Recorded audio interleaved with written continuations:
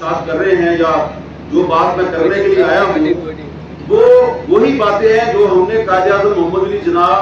کی تقریروں میں پڑھی ہیں، ان کے بیانات میں سنی ہیں اور ان کی اسٹرگل سے ہم نے سیکھا ہے۔ کوئی بھی بات جو ہے وہ 1973 کے آئین کے خلاف نہیں ہے۔ بات یہاں پہ یہ ہو رہی ہے کہ ہم نے آئین کا تحفظ کرنا ہے۔ تو جب 2016 میں مسلم لیگ نون کی حکومت نے پیکا قانون منظور کیا اور کہا جی کہ ہم فیک نیوز کے خلاف ایک قانون لا رہے ہیں، تو ہم نے اس وقت بھی کہا تھا کہ آپ فیک نیوز کے خلاف نہیں ہیں، آپ دراصل میڈیا کی آواز دبانا چاہتے ہیں۔ تو اس وقت ہماری بات نہیں سنی گئی اور پھر بعد میں وہ قانون پیکا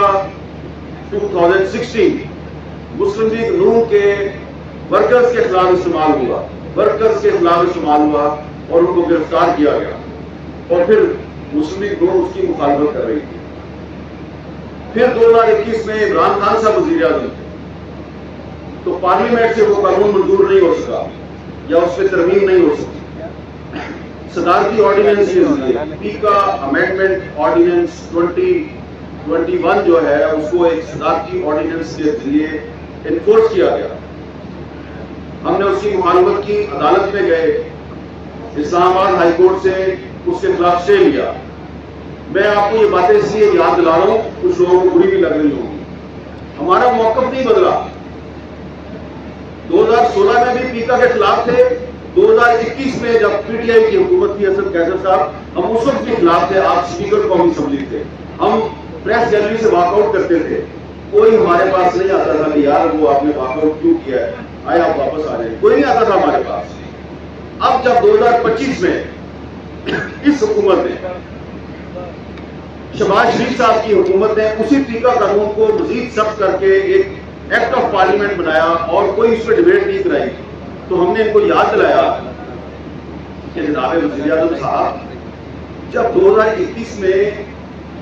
عمران خان کی حکومت نے ایک قانون جو ہے اس کو آرڈیننس کے ذریعے نافذ کیا تو ہم نے پارلیمنٹ ہاؤس سے باہر احتجاج کیا، ہم نے کیمپ لگایا۔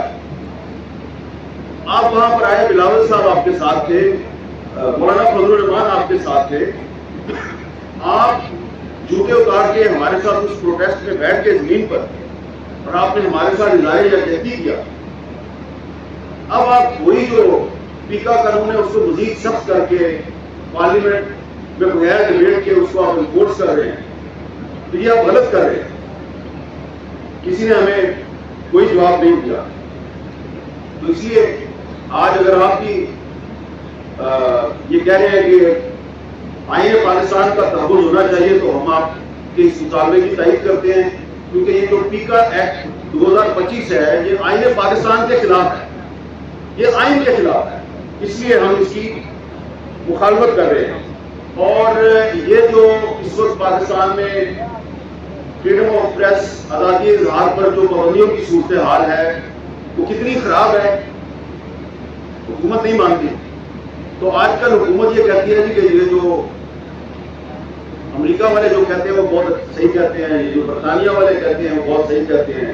جو یورپ والے کہتے ہیں وہ بہت صحیح کہتے ہیں۔ تو پیرس میں، فرانس کا دارالحکومت پیرس ہے، وہاں پر ایک تنظیم ہے رپورٹرز وداؤٹ بارڈر، وہ ہر سال ایک ورلڈ پریس فریڈم انڈیکس جاری کرتے ہیں، اور وہ جو ورلڈ پریس فریڈم انڈیکس ہے اس میں رینکنگ ہوتی ہے پریس فریڈم کی۔ تو پچھلے سال 2024 میں ان کی رینکنگ آئی تو پاکستان کا نمبر تھا 152، 152۔ ابھی 2025 میں جو ان کی رینکنگ آئی ہے تو پاکستان 6 پوائنٹ گرا ہے، 158 نمبر پہ چلا گیا۔ یہ بہت ریئر ہوتا ہے، یہ جو فلکچویشن ہوتی ہے نا پریس فریڈم انڈیکس میں، 1 پوائنٹ 2 پوائنٹ زیادہ سے زیادہ 3 پوائنٹ ہو جاتی ہے، پاکستان اکٹھا 6 پوائنٹ نیچے گیا ہے۔ اور اس کے ریپرکشنز بھی ہیں، یورپی یونین جو ہے اس نے جو آپ کو جی ایس ٹی پلس اسٹیٹس کے لیے جو آپ کو کچھ انہوں نے فیسلٹیز دی ہوئی ہے، آپ پر انہوں نے امپورٹ ڈیوٹی جو ہے وہ کم کی ہوئی ہے، اس میں ایک یہ بھی ہے کہ آپ نے پریس فریڈم کا تحفظ کرنا ہے۔ تو یہ جو